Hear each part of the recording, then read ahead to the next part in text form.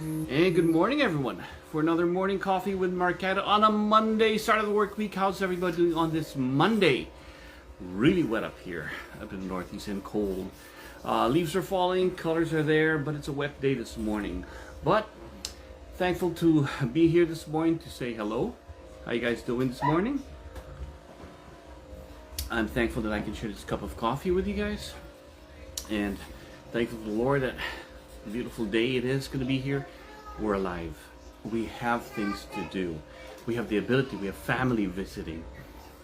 The beautiful niece right there playing right now. You can join me in the workshop. Don't worry, it's blocked off. There's no access to this place. But safety first, right? How's everybody doing on this Monday? Anyway, for today's little thought talk. Last week, I spoke a lot about finding our why, right? Why is it important? Why am I doing this? It's important not just the how. We know how to do things, but do we understand? And to understand, we need to know the why. But the whys are also there so that we are reminded of why we're doing things in the first place. And that can change. So by constantly asking yourself about that why, you're going to be reminded of the reasons of what you're going to be doing, right? And that's a beautiful thing. But yesterday I was listening to a Christian broadcast, and I found it very interesting that from a spiritual point of view, from an emotional point of view that can empower you in what you're doing, you need to think about the what, not just the why.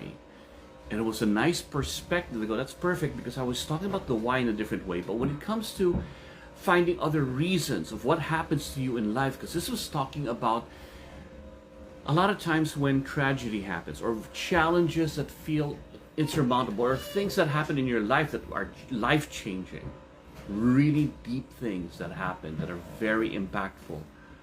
A lot of times we think about why me, why now, why does this have to happen? We think about the why rather than not think about the what. What in the context of saying, what am I supposed to learn from this? Oh, that was something that surprised me. If you look at whatever happens, instead of saying why this, why should it, and what, he goes, think of the what. What am I supposed to learn from this? Because then everything that we approach is something that we can find to make better. What's the lesson here? What am I supposed to do to make it better? What is going to happen right here that we're going to continue living? So what am I supposed to get out of this? As opposed to the why. Why? Because sometimes the why can evolve into the blame game. Why did it happen? Because they didn't do it. Because I missed out on it. Because this is, which turns out to be not empowering. It's about casting blame. It's about pointing fingers at things. The what, on the other hand, is a little bit more empowering, fulfilling, because now you're saying, life happens. Life happens. What am I supposed to gain from this? What am I supposed to learn if it feels like it's not a gain? And when you do that, it means that you're acknowledging that you're living here. You have no control of anything. We have no control about anything. But what we do have control of is, what can I do to learn from this? What's the lesson here? I am just nothing more than an observer and experiencing what's going on here. If I'm so deep into the why, the blame, and everything, I'm going to get stuck because I'm trying to find meaning where there really is no meaning. The only thing is, what are you going to do now? What have you learned from it? What can you do to make things better? What's going on? And I think that is a nice way to look at it, that we need balance.